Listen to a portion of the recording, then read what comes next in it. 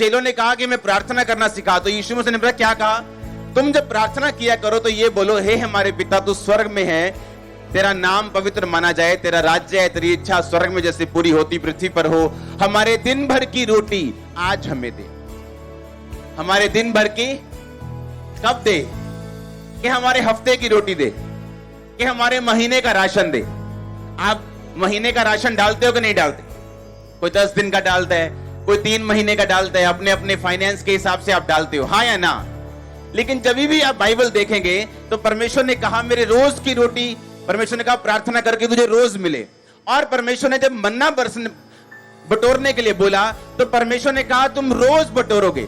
परमेश्वर अगर वो मन्ना शनिवार को गलता नहीं था, जब शुक्रवार को 2 दिन का बटोरा जाता था, तो परमेश्वर ऐसा भी कर सकता था कि वो हफ्ता ना गले और परमेश्वर बोले हफ्ते का एक बार में बटोर लेना। क्या रोज रोज तुम बाहर जाओगे मन्ना बटोरने के लिए?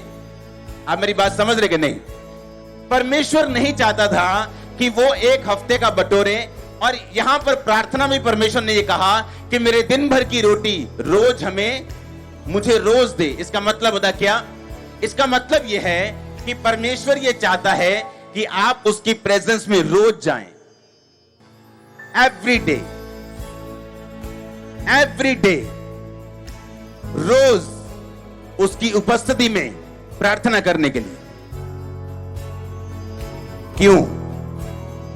एक दिन डीजीएस दिनाकरण प्रार्थना कर रहे थे। प्रार्थना करते करते परमेश्वर ने कहा मेरे बेटे जा और मर्सिडीज कार ले। जब वो मर्सिडीज कार लेने के लिए गए तो महंगी बहुत थी। कहते तो महंगी बहुत है। मार्केट में गए, सेकंड हैंड कार लेके वापस आ गए मर्सिडीज। कहते ये सस्ती है, परमेश्वर का वचन भी पूरा हो गया और मैंने काम भी कर दिया। उस कार में उनकी बेटी बैठी, एयरपोर्ट की तरफ गई, एक्सीडेंट हुआ और वो मर गई।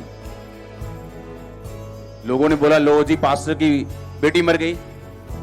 प्रभु कहां है? ये कहां है? ये पास्टर तो ऐसा है। जब वो परमेश्वर के पास प्रार्थना में गए, परमेश्वर ने कहा जो गाड़ी मैंने तुम्हें लेने के लिए बोला था, जा उस गाड़ी के फंक्शन देख। जब उस गाड़ी के उसने फंक्शन देखे तो उसमें वो सारी चीजें मौजूद थी जो उस एक्सीडेंट से उसकी बेटी का बचाव कर सकती थी। अगर वो गाड़ी होती वो कभी मरती ना। मालूम? और मालूम कैसे हुआ? जब वो रोज परमेश्वर की उपस्थिति में गए। परमेश्वर ने आपके लिए एक डिवाइन डेस्टिनी रखी।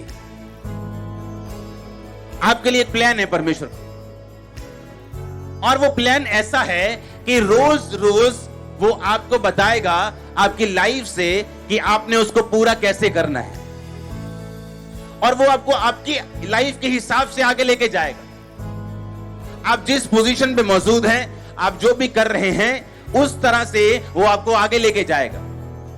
और जब आप इस बात को समझ जाएंगे कि परमेश्वर आपको रोज की रोटी लेने के लिए क्यों बोलता है, वो रोज का मन्ना बटोरने के लिए क्यों बोलता है, परमेश्वर ये चाहता है कि आप रोज परमेश्वर की प्रेजेंस में आए, रोज उससे बात करें और सारा आपकी निर्भरता आपकी परमेश्वर के ऊपर हो, और आप परमेश्वर से रोज बात करें और परमेश्वर आपको गाइड करें, आपकी अगुवाई करें और आप इस तरीके से चलें।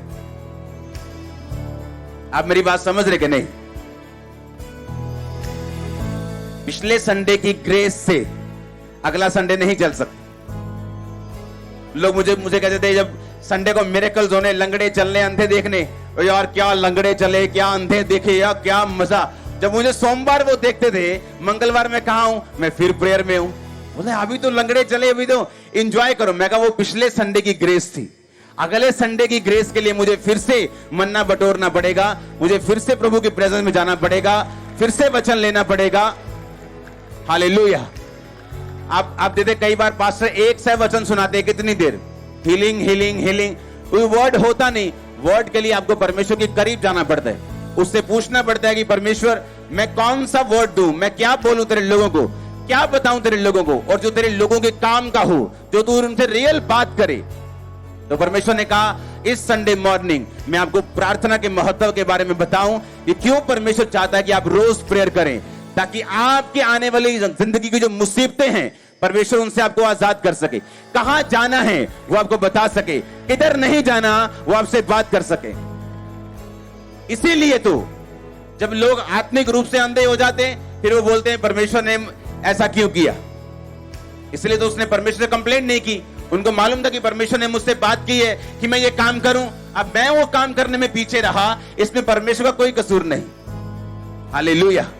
और कब परमेश्वर बात करता है? मोस्टली जब आप प्रार्थना में होते हैं, आप बाइबल रीडिंग में होते हैं, आप आत्मिक जिंदगी को जी रहे होते हैं, परमेश्वर आपसे बात करता है।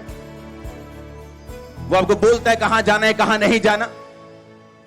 मैंने क्या देखा है, पास्टर्स गिर गए हीलिंग मिनिस्ट्री करते करते। कारण क्या? प्रार्थना की कमी। कारण क्या? रोज रोज परमेश्वर की प्रेजेंस में ना जाना, अपने गिफ्ट्स पे भरोसा रखना, अपनी सामर्थ पे भरोसा रखना। और यही गलती प्रेरितों के काम की कलीसिया ने की। जब बाइबल कहती है कि जब लंगड़े चलते थे, अंधे देखते थे, तो उनको लगता था कि सब लंगड़े चल रहे हैं, अंधे देख रहे हैं, ये तो परमेश्वर ही है 12 चेलों के रूप में हमारे पास।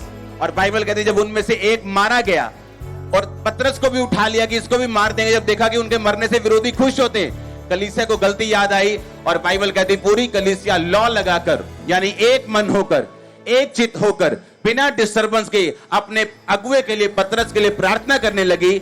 और उसको मालूम हुआ कि दान और वरदान हमें दिए गए हैं, लेकिन दानों और वरदानों से हम बच नहीं सकते। प्रार्थना को सुना, दूत को भेजा, पतरस को छुड़ाया और पतरस बूढ़े हो। Thanks for watching.